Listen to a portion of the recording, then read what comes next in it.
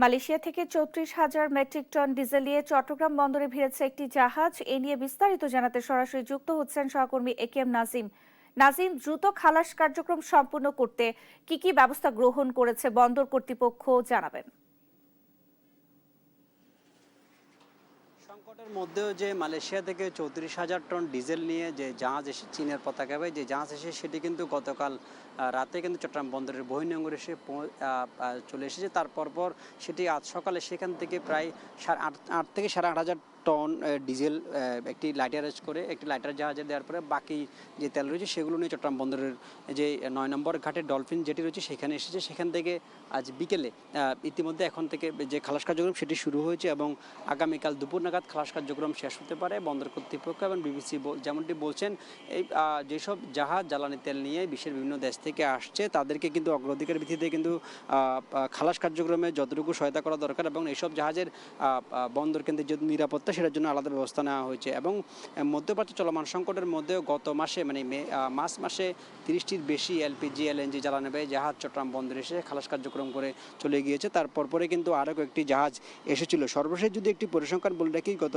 শুক্রবারে কিন্তু সিঙ্গাপুর থেকে ২৭,০০০ টন ডিজেল নিয়ে কিন্তু চট্টগ্রাম বন্দরে একটি জাহাজ এসেছিল। সেটি আজ গতকালকা থেকে খালাস কার্যক্রম করছিল। খালাস শেষ হওয়ার পর বেলা ১২টার দিকে কিন্তু চট্টগ্রাম বন্দর ডলফিন জেটি থেকে সেটি বেলা ১২টায় চলে যায়। তারপরেই মালয়েশিয়ার এই জাহাজ কিন্তু ডলফিন জেটিতে ভিড়ানো হয়েছে এবং সেখান থেকে খালাস কার্যক্রম চলছে।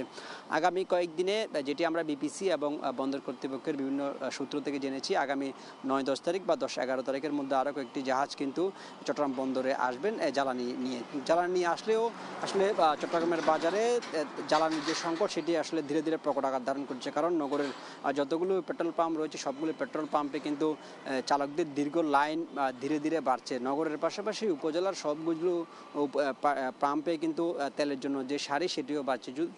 তবে একটি উদ্বেগের কারণ হচ্ছে যে মধ্যপ্রাচ্যে চলমান সংকট নিয়ে কিন্তু চট্টগ্রামে এক ধরনের কৃত্রিম সংকট তৈরি করার চেষ্টা করছে এবং কৃত্রিমভাবে তেল মজুতেরও চেষ্টা করছে। কারণ গত কয়েকদিনে চট্টগ্রাম বন্দর, জেলা প্রশাসন, কোস্টগার্ড সহ অন্যান্য সংস্থা প্রায় লক্ষাধিক লিটার তেল জব্দ করেছেন এবং প্রায় ৪ লক্ষাধিক টাকা জরিমানা করা হয়েছে এবং শতাধিক মামলা বলে জেলা প্রশাসনের পক্ষ থেকে বলা হয়েছে। তবে বন্দর বিবিসি যেমনটি বলছেন, বিভিন্ন জায়গা থেকে যেসব তেলবাহী জাহাজ আসছে তাদের নিরাপত্তার জন্য কিন্তু কোস্টগার্ড নৌবাহিনীর আলাদা প্রস্তুতি রয়েছে এবং কোনো ধরনের জন্য নিরাপত্তা ঘাটতি না হয়। তবে নতুন একটি আশার বাণী হলো জ্বালানি বিশেষজ্ঞ যারা রয়েছেন তারা যেমনটি বলছেন, মধ্যপ্রাচ্যে চলমান সংকটের মধ্যেও কিন্তু সিঙ্গাপুর এবং মালয়েশিয়া থেকে যে জ্বালানি দুটি জাহাজ চট্টগ্রাম বন্দরে এসেছে, এটার করে আসলে নতুন একটি বাজার খুঁজে পেয়েছে সরকার এবং সরকার বিভিন্ন উৎস থেকে তেল সংগ্রহের চেষ্টা করছেন। তো চট্টগ্রাম বন্দরে তেল খালাস নিয়ে আমার কাছে ছিল সর্বশেষ।